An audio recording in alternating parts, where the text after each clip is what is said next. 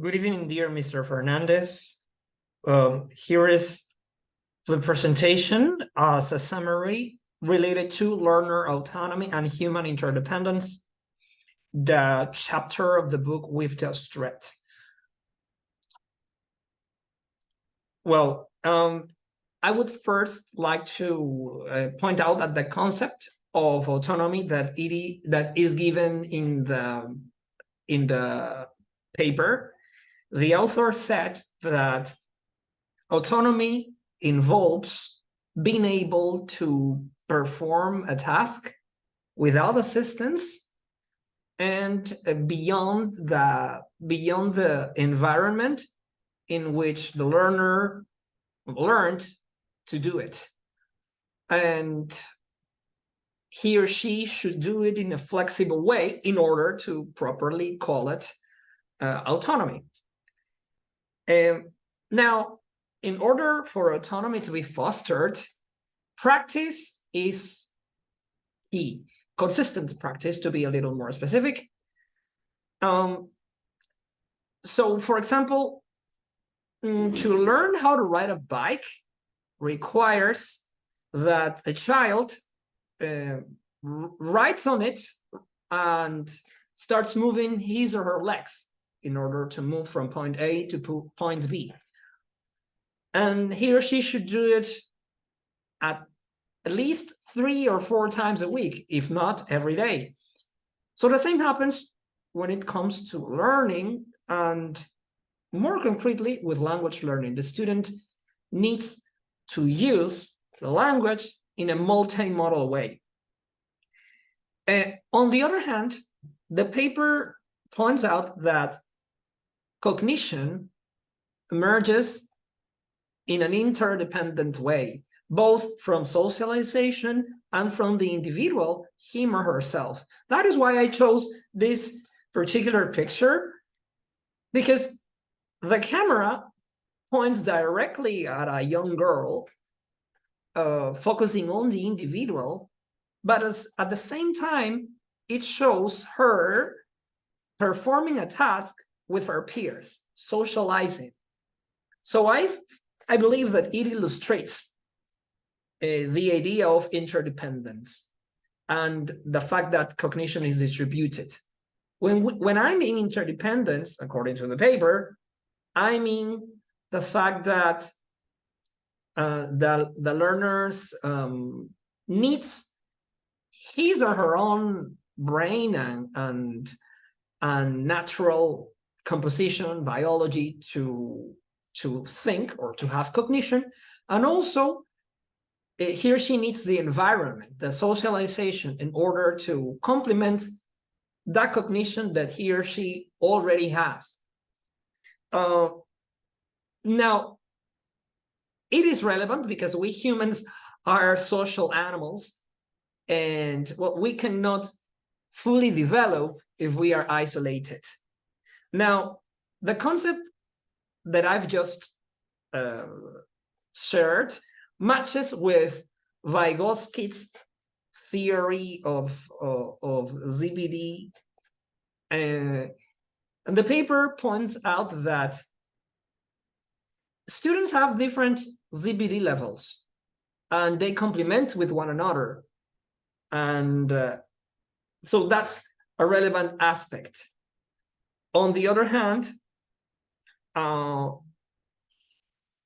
student not only needs to get involved and socialize with his or her peers or with a teacher or with adults, the student also needs to detach from engaging in collaborative interactions in order to reflect and practice, as we previously said, in an independent way.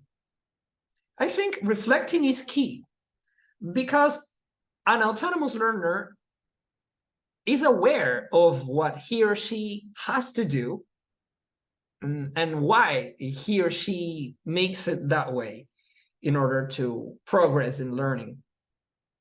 Now, I would say that this picture also is relevant because it illustrates or it may give us a glimpse of how that kind of reflection evolves in 3 different phases according to the paper.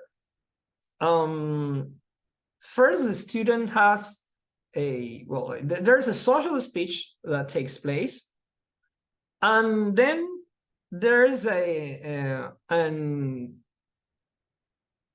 inner speech that happens. I really don't recall the other one. There are 3 kinds of speeches, but I can illustrate it recalling the example that the paper gave. There's a plumber fixing or examining some pipes because a household owner called him. And when the plumber is examining the pipes, he is first thinking out loud, and then he mumbles, and then he just thinks inside of his mind.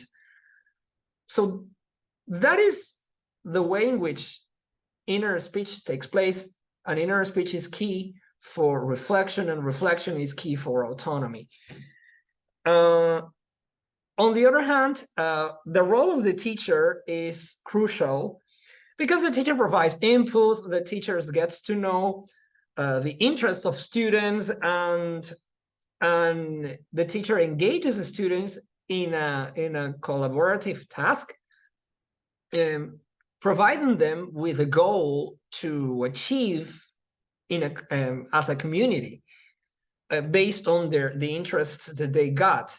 Also, the teacher should know how to use the different resources available, like the books, like the whiteboard, videos, and the students themselves to engage students in an active way. Well, here there's another picture which has to do with the importance of individual work.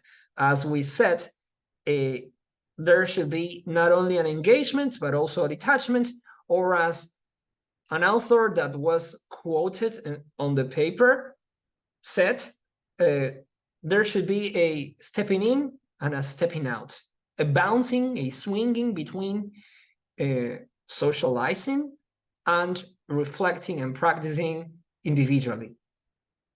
So all of this is the view of as the paper said, sorry for making noise. This was the summary of social interactive view of cognition. And the paper finishes with this quote: learner autonomy will happen as a result of teacher education initiated and sustained by political as well as educational effort. So that makes me think that me as a teacher should, when I have the chance, discuss with my students themselves and my colleagues about the fact that they should immerse in using the language in meaningful and multimodal ways. And also it makes me think of how important it is to keep researching and reflecting on issues like this. I personally found some ideas relevant here and familiarized with them, because I also see how teacher dependent lots of students are and how that should change. Perhaps a great tool we could use is AI. Currently, UNESCO called education ministers to discuss how to implement AI into education in a formal and appropriate manner. So I could also research, reflect, and discuss how with my students how they could use a powerful tool as AI in order to develop their learner autonomy. So that's all, dear Mr. Fernandez. Have a good night.